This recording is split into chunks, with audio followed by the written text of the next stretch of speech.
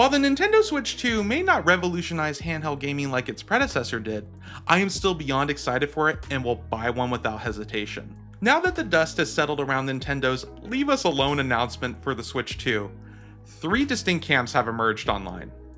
The first camp, which I belong to, is thrilled about the Switch 2 and eagerly awaiting the games Nintendo will showcase at its event in April.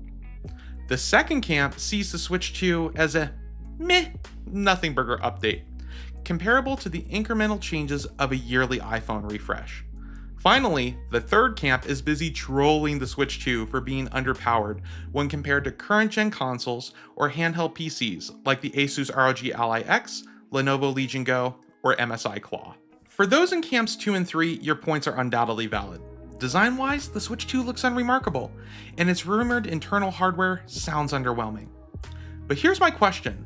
What exactly did you want Nintendo to do? If gaming history has taught us anything, it's that when the big 3 console makers, Sony, Microsoft, and Nintendo, needlessly stray from a proven console formula, it often ends in disaster. Microsoft dropped the ball on an epic scale with the Xbox One. Sony was too ambitious with the PlayStation 3 and its cell processor. And Nintendo, well, I'm not sure what they were thinking with the Wii U and Virtual Boy. While Sony and Nintendo have clearly learned from their mistakes, Microsoft, unfortunately, still hasn't, even after all these years. But that's a discussion for another time. What I'm saying is, I'm glad Nintendo didn't try to reinvent the wheel. Yes, the Switch 2 is unremarkable and not a performance monster, but I can guarantee the games Nintendo's developers are creating for it will be nothing short of extraordinary. If Nintendo could create masterpieces like Breath of the Wild, Tears of the Kingdom, Super Mario Odyssey, and Luigi's Mansion 3 on a decade-old SoC, the NVIDIA Tegra X1, and just 4GB of RAM, imagine the possibilities for the games they'll create on the Switch 2, which is rumored to perform on par with a base PS4. Now, I understand the frustration about PS4 level performance in a 2025 product. The PS4, after all, is a 12-year-old console. But unlike the PS4, the Switch 2 is expected to feature hardware-accelerated AI upscaling, likely NVIDIA's DLSS and ray tracing cores. So it's not exactly an apples-to-apples comparison. While the performance of the original Nintendo Switch leaves much to be desired, I'm still perfectly content with it, because at the end of the day, the games are just so much fun to play. That's why the underwhelming tech specs of the Switch 2 don't really bother me. Don't get me wrong, as an avid PC gamer, I love higher frame rates and resolutions as much as the next person. But if a game is fundamentally bad, boosting its frame rate and resolution won't improve it.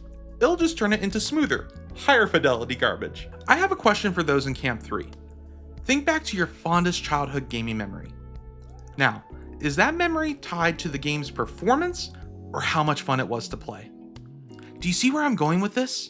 It's about the quality of the games, not how well they perform. Now, I have a question for Camp 2. I get that the Switch 2 might feel like a meh update, but wouldn't you rather have a solid, dependable meh than risk Nintendo trying to reinvent the wheel, given their track record? I will take the Switch 2 any day of the week instead of gambling with a completely new Nintendo console. Honestly, I find the Switch 2 to be a compelling upgrade, as it addresses all of my issues with the current Switch. Better performance, a larger display, bigger, magnetically detachable Joy-Cons for my gorilla-sized hands, 2 USB-C ports, and a much improved kickstand. These may not be revolutionary upgrades, but they are certainly welcomed. To wrap things up, I'm definitely buying the Switch 2 no matter what, but I've also been eyeing the Steam Deck and ROG Ally X for a while now.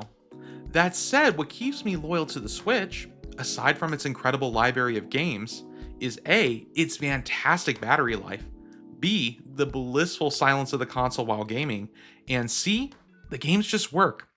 As I've gotten older, I've come to really appreciate the simplicity of console gaming. Sometimes I just want to jump into a game without needing to adjust every setting.